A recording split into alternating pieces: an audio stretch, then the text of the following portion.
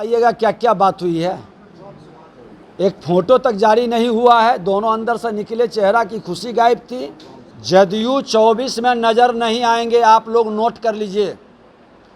जदयू नाम की पार्टी ही समाप्त हो जाएगी। दिल्ली में सोनिया गांधी से नीतीश कुमार और लालू प्रसाद ने मुलाकात की थी। इस पर राजनीति भी चरम पर है। राजनीतिक गलियारे में यह बात तैर रही है कि लालू नीतीश से सोनिया गांधी मिली ही नहीं। अगर मिली तो इस मुलाकात की तस्वीर बाहर क्यों नहीं आई। सुशील मोदी के बाद अब नेता प्रतिपक्ष विजय सिन्हा ने नीतीश कुमार और लालू प्रसाद पर तंज कसा है।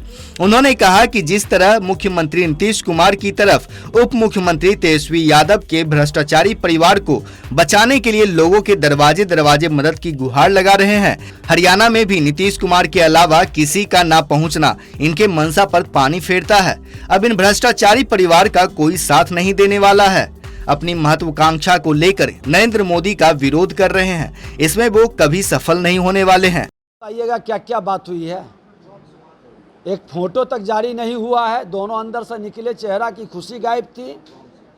और बिहार को जो तमाशा जा रहे हैं बन करके, दोनों याचक बन के अपना राज्य को संभाल नहीं रहे हैं। आज इतने फरियादी लोग घूम रहे हैं, अपराध भ्रष्टाचार से प्रताड़ित लोगों का जिस तरह से परेशानी बढ़ी है, उसके समाधान करने के बजाय सीएम और डिप्टी सीएम बीमार बड़े भाई के चेहरा को दिखाने के लिए जा रहे हैं, और उसी का परिणाम है कि लोग रिस्पॉन्स नहीं दे रहे हैं। जो अपना राज्य को सही ढंग से न्याय नहीं दे सकता, भ्रष्टाचार और अपराध मुक्त बिहार नहीं बना सकता, और कई बीमारी आ गई। अब तो खुल करके हर विभाग के अंदर भ्रष्टाचार का चरम पर बोलबाला का शुरुआत हुआ है। कई रिपोर्ट आ रहा है हम लोग के पास, हम लोग संग्रहित कर करके इसको उजागर भी करेंगे। मेरा कर्तव्य है एक विपक्ष के, सजग विपक्ष के नाते, मैं वो विपक्ष नहीं हूँ कि पटना से ट्विटर पर ही अपने हैंडल करते रहेंगे। मैं तो गांव के अंदर जा रहा हूं। आज गया के अंदर जिस तरह से बालू के टैक्सेशन के मामले पर वो रसीद वो मांगा, उसको गोली मार दिया विधायक का, आज पेपर में भी निकला हुआ है।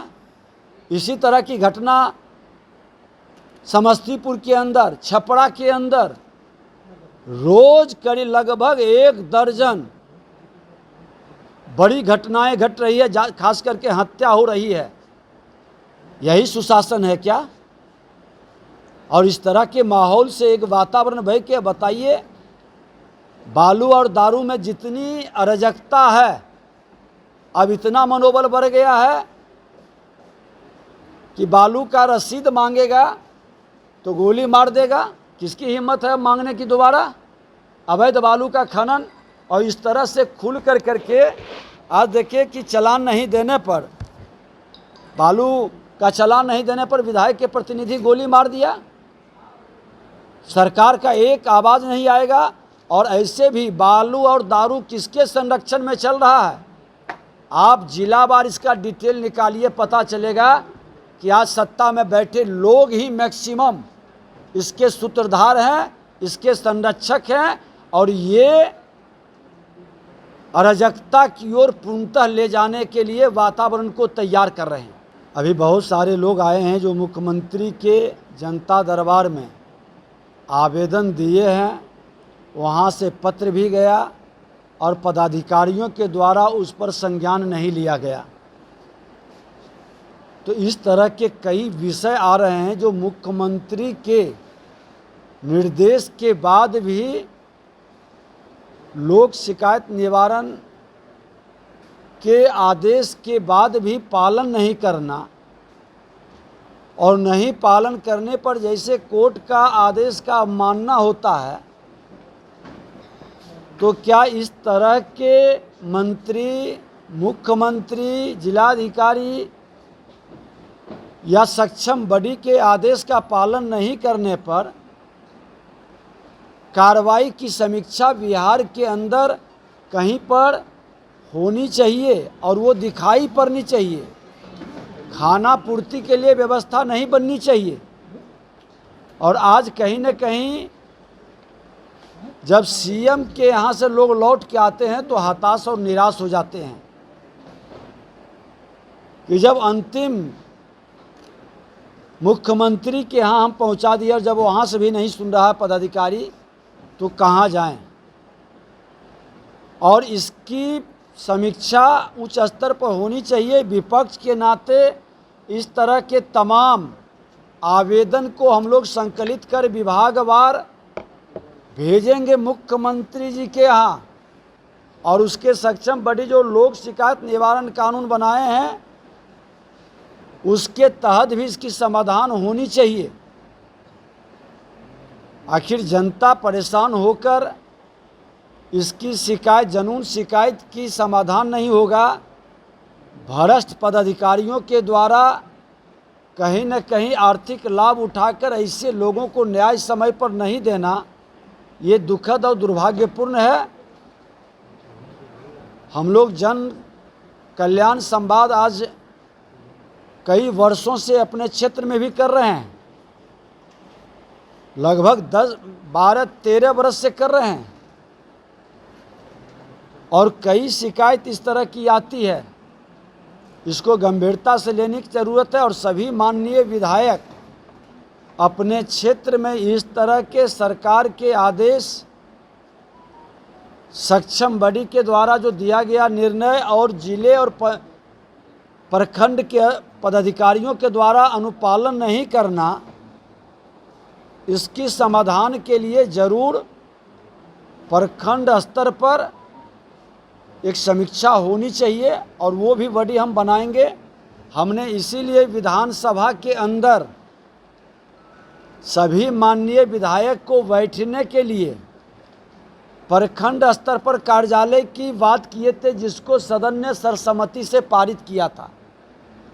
अब माननीय मुख्यमंत्री जी विधायकों का आप सम्मान बढ़ाना चाहते हैं और लोगों के शिकायत और भ्रष्टाचार को रोकना चाहते हैं, तो निश्चित तौर पर विधायकों को, जो विधायकी कार्य के लिए ही नहीं जनता के प्रति अपनी जिम्मेवारी का ईमानदारी से निर्वहन करे, वो सत्ता के विधायक हों या विपक्ष के विधायक हों, उसकी प्रखंड स्तर पर बैठने की व्यवस्था सुनिश्चित करें। उसका कार्यालय हो जहां लोग आए, क्योंकि आपके ऑनलाइन के सिस्टम में सभी बिहार की जनता की आवाज़ नहीं आ पाती है। आपके पदाधिकारी, अभी भाई कई लोग शिकायत किए हैं कि हम लोग का नंबर ही नहीं आता है, ऑनलाइन में बुलाया ही नहीं जाता है।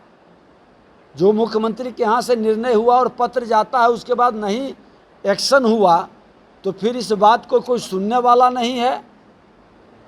तो इस तरह से समाधान नहीं होगा, ये खाना पूर्ति होगा।